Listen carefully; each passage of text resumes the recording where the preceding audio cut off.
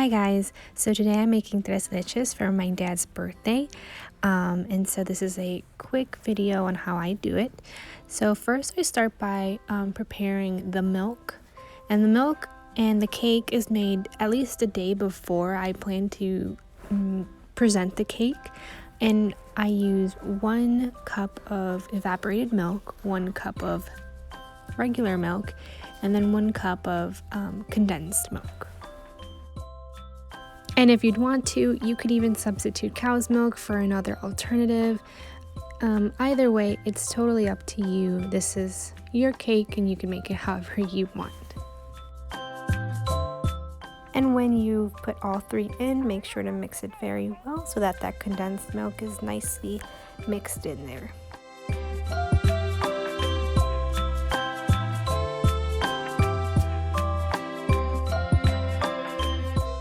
When you think you've mixed it very well, you can go ahead and wrap it up so you can put it in the fridge. It'll be nice and cold for when you need to use it. So we're just going to put it to the side and work on the rest of the cake.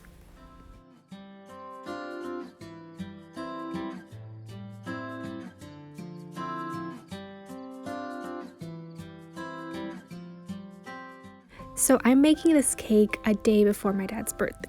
So I'm not going to be doing a cake from scratch. I'm just going to be using a cake mix, but with substitution. So instead of a cup of water, I'm doing a cup of milk. And instead of half a cup of vegetable oil, I'll be doing half a cup of melted butter. And this makes the cake, in my opinion, way better. It's tastier, it's softer, and I love it. So I'm going to be using this cake mix for our recipe today, leches, and it's going to come out perfectly fine. It's going to come out delicious. So if you're also tight on time, this is the perfect way to go.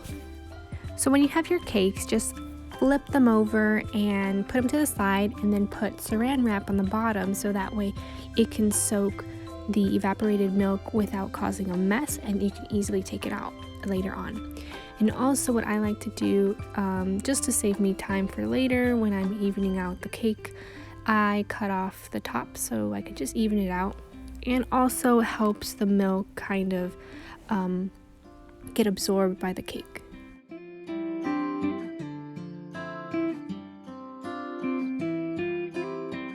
I'm sure if you've cut the top, you can directly pour the milk over it, but I'm going to go ahead and just keep poking holes and being extra. I'm just going to poke just to make sure that the milk is evenly spread throughout, because that's what we want. We want it to be even and moist all throughout. So I've got my milk mixture that I'm going to be using for 2 of my cakes. So because I'm going to just make this into 1 big cake because it's a birthday cake and I wanted to look cute, and I'm going to make a filling, so I don't want it to be small and short. So I'm going to evenly give them both around 1.5 cups because I don't want one cake to be drier than the other, and that's absolutely not what I want. So I'm going to try to be as even as possible. And so I'm directly pouring it over.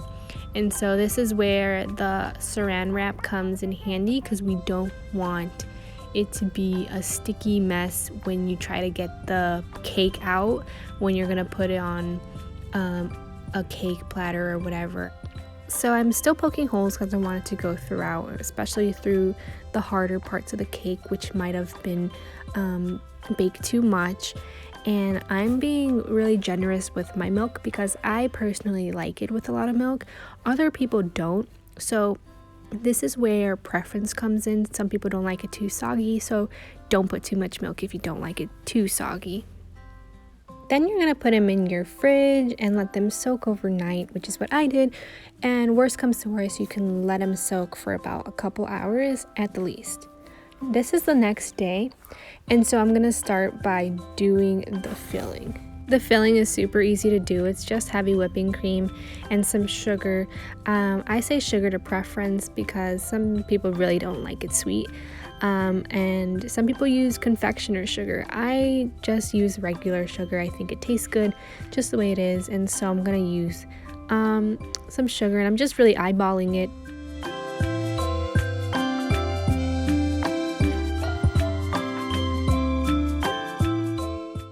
So next thing you do is mix, mix, mix. You can use a hand whisk if you want. I don't have the arm strength for it, so I'm gonna go ahead and use my best friend over here. And I usually use medium to high power, but be careful because it can curdle if you overmix it, which happened to me a couple of times, so just beware. It should start to look like this after a couple of minutes. You'll know when it's done when your cream is able to make little peaks like this, and that's the consistency you're looking for.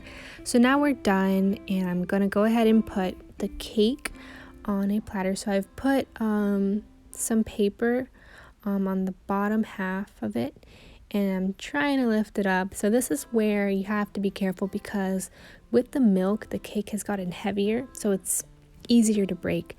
So just be gentle and place it softly, ever so gently, on the platter. This is my favorite part. We get to put the filling, just spread it all over, and then you get to choose the filling of your choice.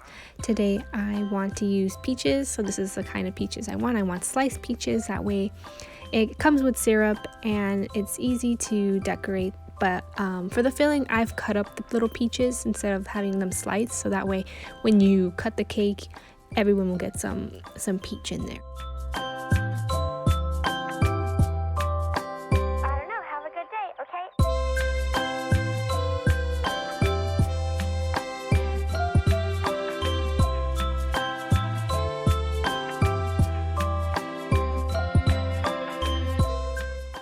When you're happy with the filling, you can go ahead and put the other half on top.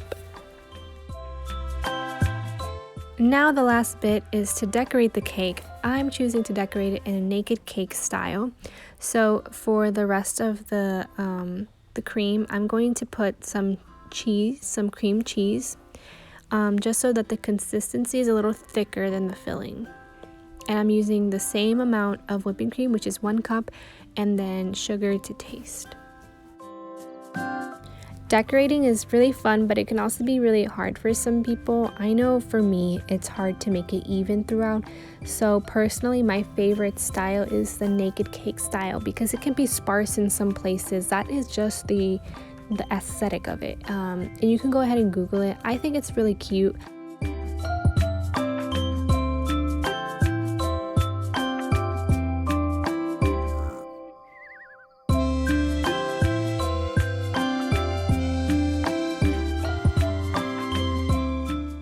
So I like to think there's no such thing as a perfect cake because I tend to get hung up on how my cake looks. But what matters is that you take your time, you're patient, and you just put a lot of love into what you're baking. And at the end of it, it'll look much better than what you think it will.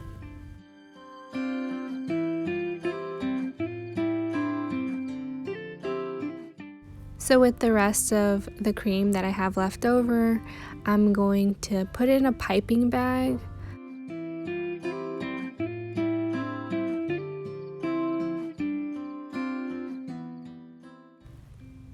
And now I'm just going to plop some icing on top so I can place little slices of peaches and strawberries. And now this part is totally up to you.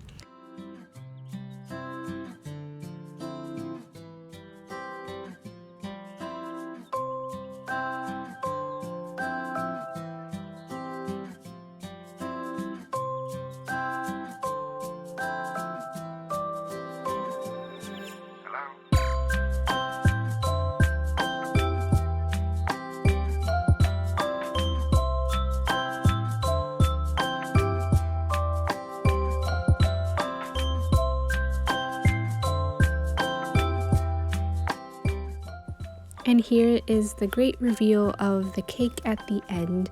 I'm really happy with it and I can't wait to show my dad. So thank you so much for watching and I really hope you enjoy this video. Happy baking!